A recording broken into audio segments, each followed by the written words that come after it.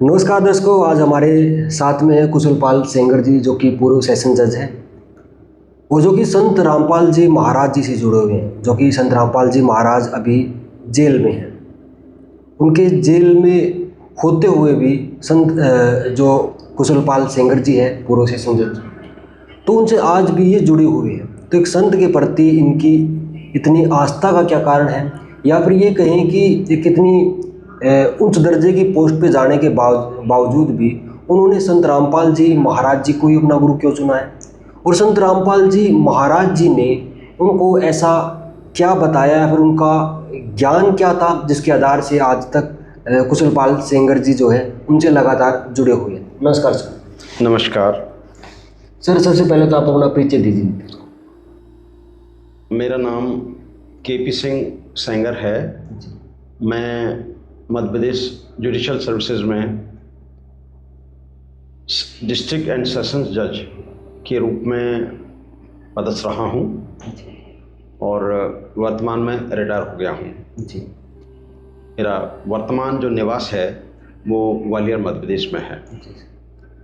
Sir, हम आपसे जानना चाहेंगे कि संत रामपाल जी महाराज जी से आपका जुड़ाव कैसे हुआ, या फिर संत रामपाल जी महाराज जी के बारे में आपको कैसे पता चला? ये बहुत ही अच्छा प्रश्न है और सभी दर्शकों के लिए भी बहुत महत्वपूर्ण है, इसलिए मैं इसको थोड़ा सा डिटेल में शेयर करूंगा। जी सर। मैं जब स्पेशल जज SC/ST एक्ट हुआ करता था, जी सर। तो अचानक एक दिन मैं किसी को सजा करके आया था। जी सर। और मन में थोड़ा सा खिन्नता थी। जी। खिन्नता इसलिए कि किसी को कोई भी पनिशमेंट देना एक अच्छा नहीं लगता है। हालांकि अपराधी को सज़ा होती है, लेकिन किसी के लिए भला करने में तो अच्छा लगता है, लेकिन किसी को कष्टप्रद ज़िंदगी के लिए भेजना एक अमूमन सामान्य व्यक्ति को प्लीजेंट फीलिंग नहीं देता है।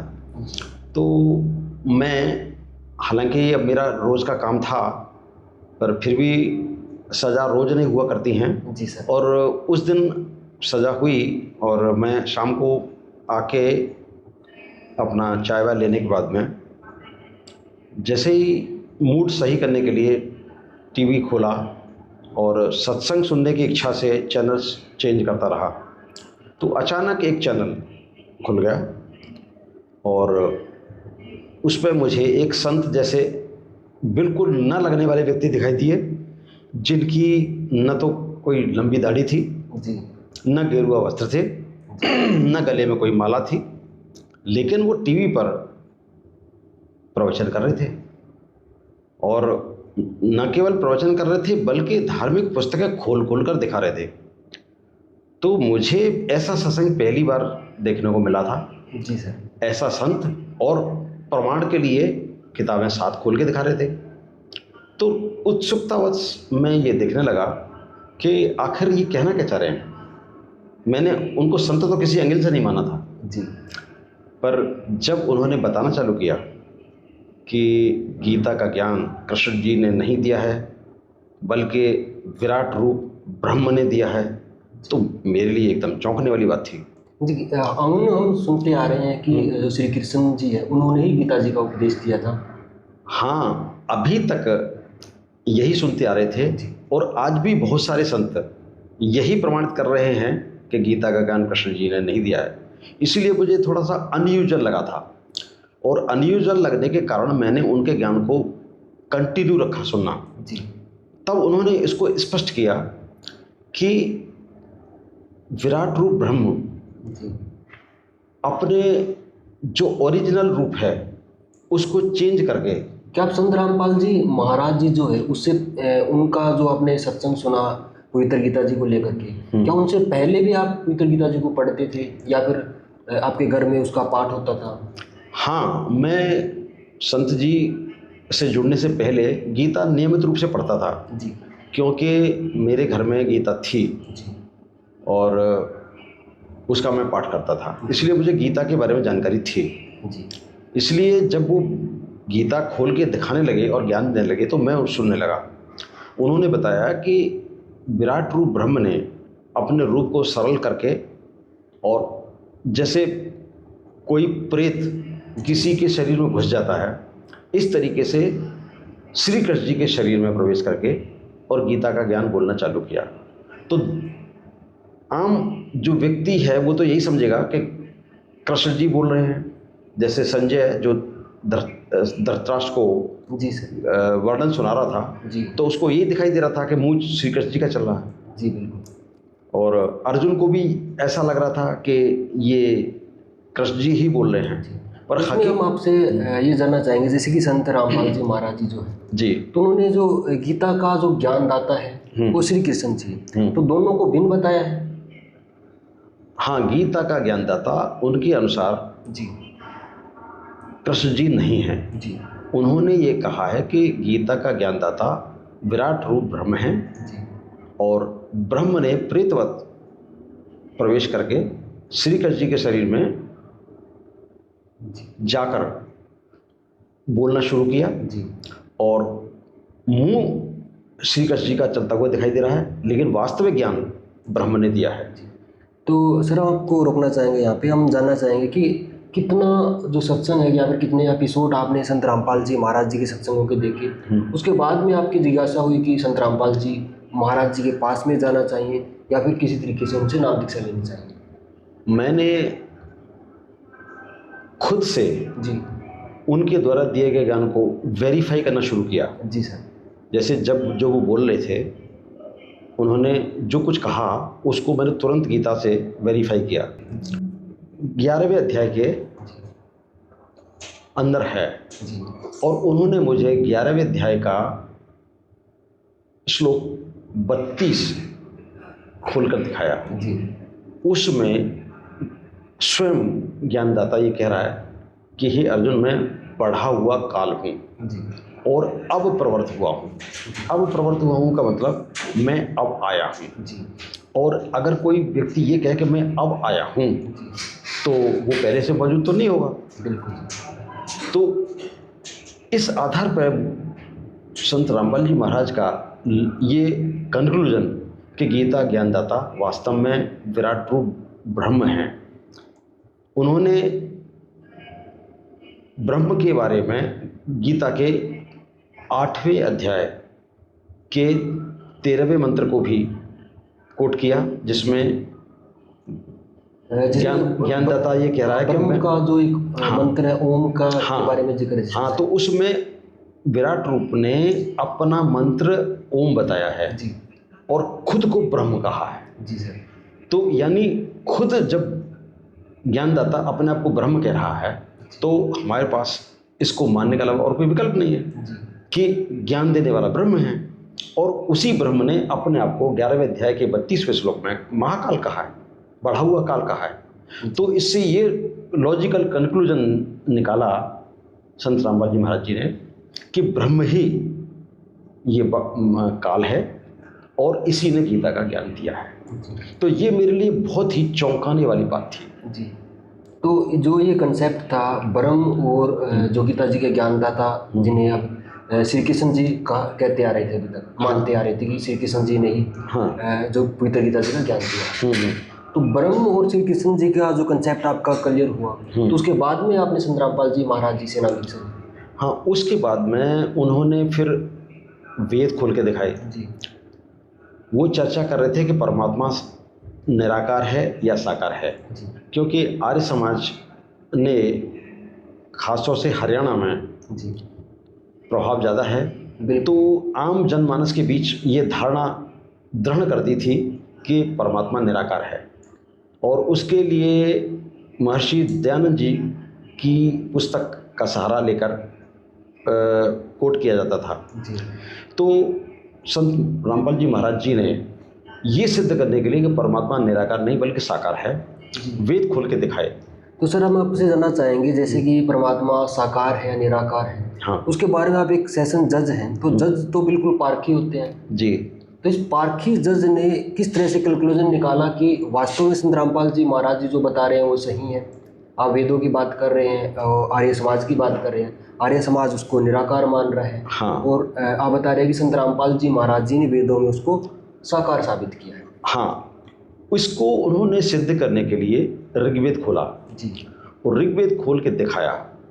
उसमें कई जगह पे उन्होंने अलग अलग उल्लेख किया जी और उसमें एक जगह था कि वो परमात्मा अपने रूप को सरल करता हुआ जी विद्युत गति से नीचे आता है और अपने दृढ़ भक्त को मिलता है।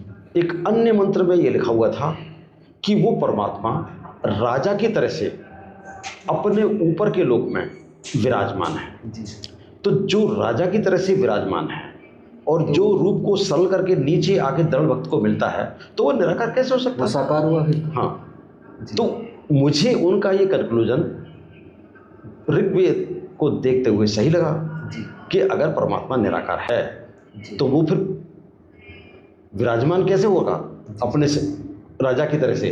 भाई राजा तो अपने सिंहासन पर विराजमान होता है और राजा की तरह से अगर विराजमान कोई है तो वो निराकार हो नहीं सकता बिल्कुल और किसी भी भक्त को आकार मिल नहीं सकता।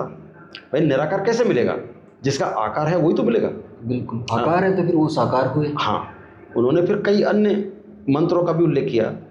अब उसमें उन्होंने उसका बाकायदा रेफरेंस दिया। अब चूंकि उनको रेफर करूंगा तो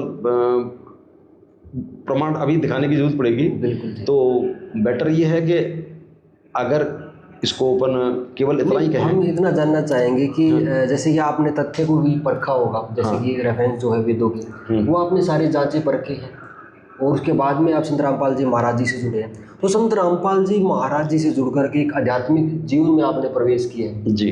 तो अध्यात्म से जुड़ने के बाद में आपका कैसा अनुभव रहा? और दूसरा हम एक कहेंगे कि अध्यात्म से जुड़ने के बाद में तो फिर आपका जो नज़रिया है, जैसे कि आप न्यायविद भी कहें या फिर एक न्यायाधीश के तौर पे आप कार्यरत थे। जब आप कार्यरत थे उस टाइम पे आपने नाम दीक्षा ले ली थी। जी जी, तो नाम दीक्षा लेने के बाद में आपके जीवन में ऐसे क्या बदलाव आए कि जब आप कोई भी फैसला सुना रहे थे तो उस समय आपने उन फैसलों को अध्यात्म की दृष्टि से देखा हो, तो उसमें आपको अध्यात्म ने कुछ सहयोग किया हो? बिल्कुल जी। मुझे सही आध्यात्मिक ज्ञान मिलने के बाद मेरे काम करने के स्टाइल में जी और सुधार हुआ। हालांकि परमात्मा के अस्तित्व को तो मैं पहले से भी मानता था जी और ये मानता था कि परमात्मा है, जी लेकिन कौन है ये ज्ञान नहीं था। जी आम सनातनी व्यक्ति को जितना ज्ञान है उतना ज्ञान मुझे था, लेकिन डेफिनेटली मैं ये नहीं कह पा रहा था कि ऑलमाइटी गॉड है कौन। जी मैंने संत रामपाल जी महाराज के ज्ञान को सुनने के बाद में वेद खरीदे जी और वेद खरीदने के बाद में खुद पढ़ के देखा कि जो टीवी पे दिखाया जा रहा था वास्तव में वैसा ही लिखा या नहीं लिखा। और उन्होंने न केवल वेद खोल के दिखाए बल्कि उन्होंने पुराण भी खोल के दिखाए, उन्होंने कुरान शरीफ भी खोल के दिखाई, गुरु ग्रंथ साहिब भी खोल के दिखाई और ऑर्थोडॉक्स जूइश बाइबल में भी उसका उल्लेख मिला, बाइबल को भी उन्होंने खोल के दिखाया। तो इस तरीके से उन्होंने जो कुछ बोला उसको प्रमाण के साथ दिखाते हुए पेश किया, तो मैंने समझ लिया कि ये जो ज्ञान है सही है और वास्तव में जो साकार परमात्मा है वही पूरी सृष्टि को चला रहा है और उसकी भक्ति से ही मोक्ष की प्राप्ति हो सकती है। तो जब मुझे इतना ज्ञान हो गया उसके बाद में मैंने अपना जो न्यायाधीश का काम है और सतर्कता के साथ और इस विश्वास के साथ कि मेरे काम को वो परमात्मा देख रहा है, मैंने पूरी निष्ठा के साथ। जी, जैसा कि आपने बात की है कि परमात्मा देख रहे हैं, हाँ। तो हम संसारिक जीवन में हम देखें, हाँ। जैसे अपराध जो है दिनों दिन बढ़ता जा रहा है, कानून भी सख्त होते जा रहे हैं।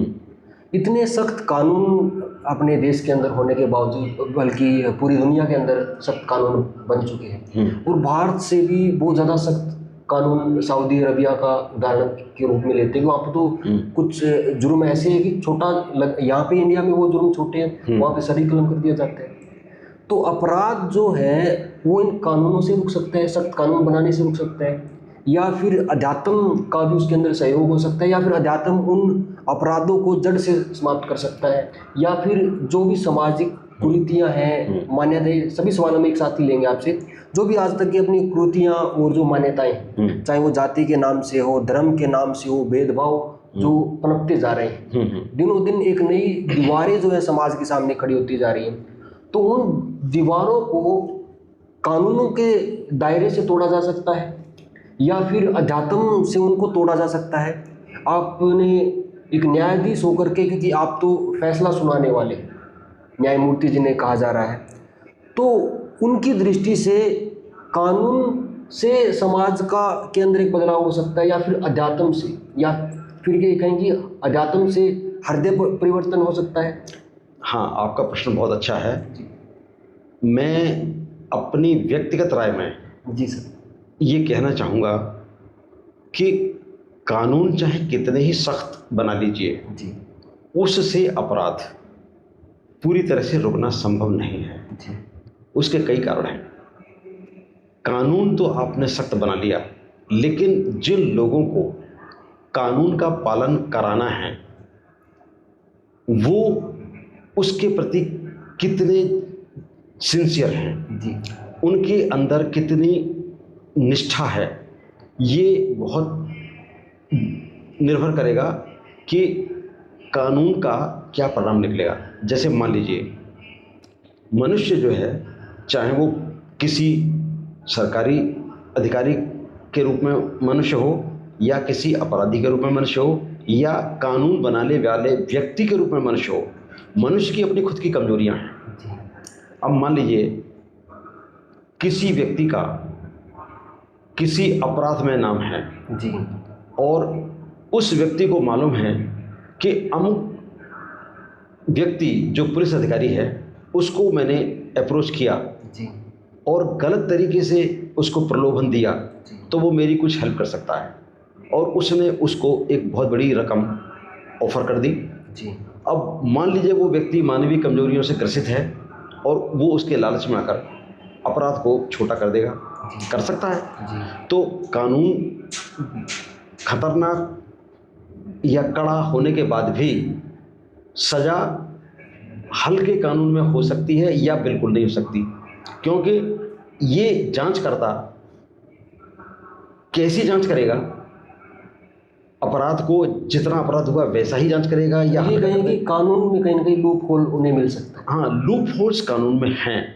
अब मान लीजिए, चलो for this sake of argument अपन मान लें कि चालान पेश हो गया, उसके बाद में ट्रायल हो गई कोर्ट में, और कोर्ट में जब ट्रायल होती है तो गवाह अक्सर दबाव में आ जाते हैं जी। चाहे तो प्रलोभन में आ जाएं या धमकी में आ जाएं, और वो चश्मदीद गवाह भी कई बार झूठ बोलते हैं, और चश्मदीद गवाह यदि झूठ बोलते हैं तो केस कमज़ोर होता ही होता है। तो सख्त कानून बना देना ही पर्याप्त नहीं है। तो अध्यात्म इस चीज़ को कैसे रोकेगा, इन अपराधों को फिर कैसे रोकेगा? आध्यात्मिक ज्ञान जब हो जाता है जी, तो उस व्यक्ति को यह मालूम होता है कि मैं दुनिया से भले ही अपना अपराध को छिपा लूं, लेकिन जो ऊपर का कानून है जी, उससे मैं जरा सा भी नहीं छिपा सकता। अगर मैंने कोई ऐसा अपराध किया है जो आध्यात्मिक दृष्टि से दंडनीय है तो मुझे उसका दंड अवश्य मिलेगा। तो आदमी ये जानते हुए कि मेरे पास अब लूप होल्स के कारण बचने का कोई चांस नहीं है, वो डरेगा अपराध करने से।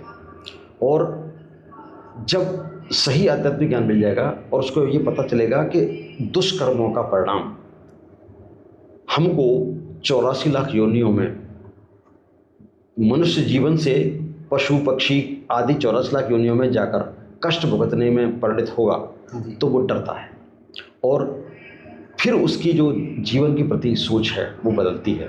वो धीरे धीरे अपराध करना छोड़ने लगता है और समाज एक अच्छी दिशा में जाने लगता है। जी। दूसरी तरफ जैसे कि संत रामपाल जी महाराज जी जो है, तो इनके जो अनुयायी हैं तो कहीं ना कहीं वो भी इस अध्यात्म के क्षेत्र के अंदर इतना आगे बढ़ चुके हैं कि वो अपराध की दुनिया से भी बाहर आ चुके हैं। बहुत सारे ऐसे अनुयायी भी हमें मिले जो पहले अपराधी गतिविधियों से लिप्त थे, उनके द्वारा संत रामपाल जी महाराज जी से जुड़ने के बाद में उन्होंने वो चीज़ें छोड़ दी तो ये मान ले कि संत रामपाल जी महाराज कहीं ना कहीं आध्यात्मिक जो मार्ग है, अध्यात्म, जैसे कि आध्यात्मिक बातें लगभग पूरे देश भर में बहुत सारे धर्मगुरु भी कर रहे हैं, सभी कर रहे हैं, लेकिन असल में उसको धरातल पे या फिर जीवन में उतारना, क्या संत रामपाल जी महाराज इस प्रकार उतर रहे हैं?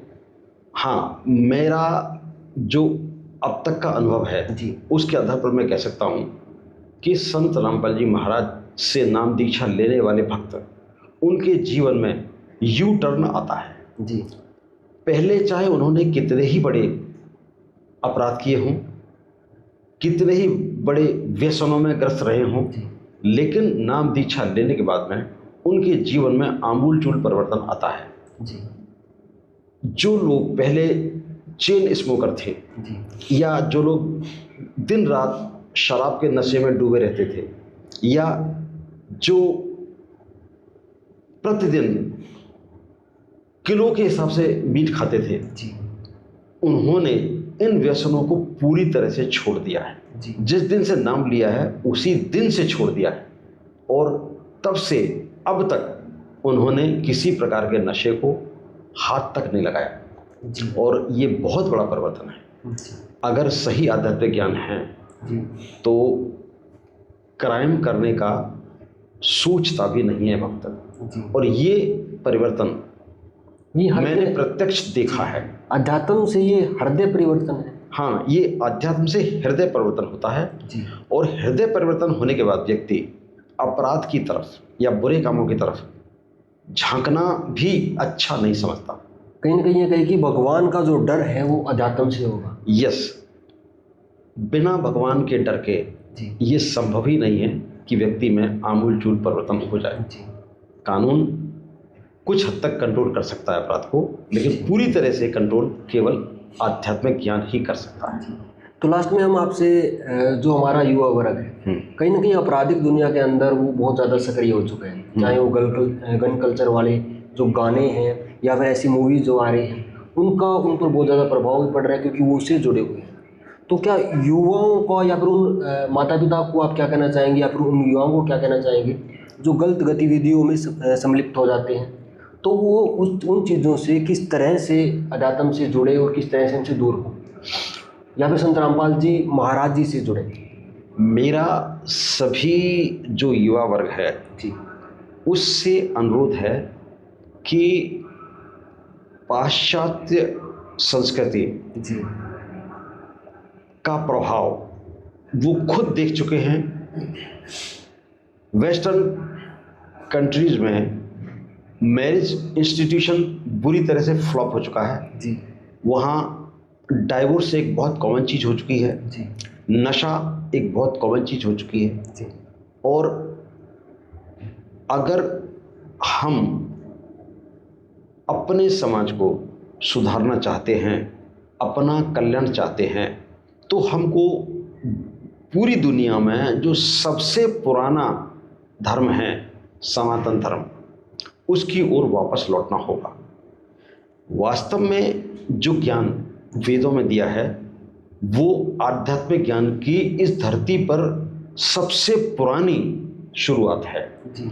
और सबसे जो सनातन धर्म है, अपना सनातन धर्म की आपने बात की, तो क्या संत रामपाल जी महाराज जी उसी का विस्तार कर रहे हैं?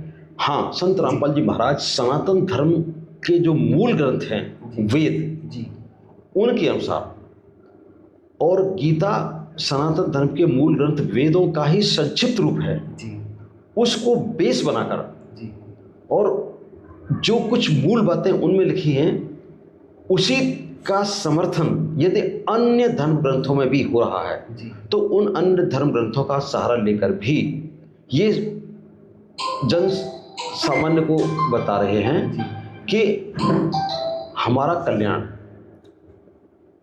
वेदों में वर्णित अविनाशी भगवान की भक्ति करने से होगा। और अन्य धर्म ग्रंथ भी परमात्मा को अविनाशी कह रहे हैं। कुरान शरीफ में भी परमात्मा को ही सबसे ज़्यादा शक्तिमान और सारी कायनात का बनाने वाला बताया है। इसी तरीके से गुरु ग्रंथ साहब में भी एक ही परमात्मा की बात कही गई है। और जैसे कि संत रामपाल जी महाराज जी भी सभी धर्मों की बात करते हैं, सभी शास्त्रों का वो प्रमाण भी दिखाते हैं, तो कहीं ना कहीं सनातन धर्म का जो मूल ज्ञान है वो संत रामपाल जी महाराज जी दे रहे हैं। तो संत रामपाल जी महाराज जी से आज का युवा वर्ग जुड़े और बुराइयों से दूर हो, तो उसके बारे में आपके क्या विचार है? हाँ, मेरा व्यक्तिगत सुझाव यही है जी कि पृथ्वी पर संत तो बहुत हैं, जी लेकिन ऐसा संत जिसे न केवल वेदों, गीता, पुराणों का ज्ञान है, और ज्ञान ही नहीं बल्कि गूढ़ ज्ञान है, जी इसके अतिरिक्त अन्य धर्म ग्रंथों जैसे बाइबल, कुरान शरीफ, गुरु ग्रंथ साहिब, बौद्ध धर्म की पुस्तकें, जैन धर्म की पुस्तकें, अनेक पंथ जैसे राधा स्वामी पंथ, ब्रह्मा कुमारीज पंथ, धन धन सदगुरु, इस तरह के अन्य जो पंथ चल रहे हैं जी उनका भी गहन ज्ञान है, जी और उन्होंने उनमें कहाँ अपूर्णता है जी उसको भी पॉइंट आउट किया है। जी और इसलिए जी। मैं ये कहना चाहता हूँ कि वर्तमान में जो संत सारे धर्म ग्रंथों के निचोड़ को बताने की क्षमता रखता है और सारी दुनिया के लोगों को बांटने की बजाय जोड़ने की क्षमता रखता है, उससे जुड़ना ही सबसे ज़्यादा अक्लमंदी का काम है। जी तो दर्शकों, ये थे हमारे साथ में पूर्व सेशन जन कुशलपाल सेंगर जी। तो इतना समय देने के लिए सर आपका बहुत बहुत धन्यवाद। मेरा भी आपको और आपके दर्शकों को बहुत बहुत धन्यवाद, क्योंकि मुझे भी आपके इस चैनल के माध्यम से दर्शकों से रूबरू होने का मौका मिला। पुनः सभी को सादर प्रणाम, बहुत बहुत धन्यवाद। जी, और यदि इस विषय पे कुछ सवाल दर्शकों के आते हैं तो दोबारा से फिर हम कुशलपाल जी से वार्तालाप करेंगे और आपके सभी कमेंट्स का जवाब देंगे। तो इस वीडियो को ज़्यादा से ज़्यादा शेयर करें और अपनी जो भी राय है वो हमें कमेंट सेक्शन में ज़रूर बताएं। धन्यवाद।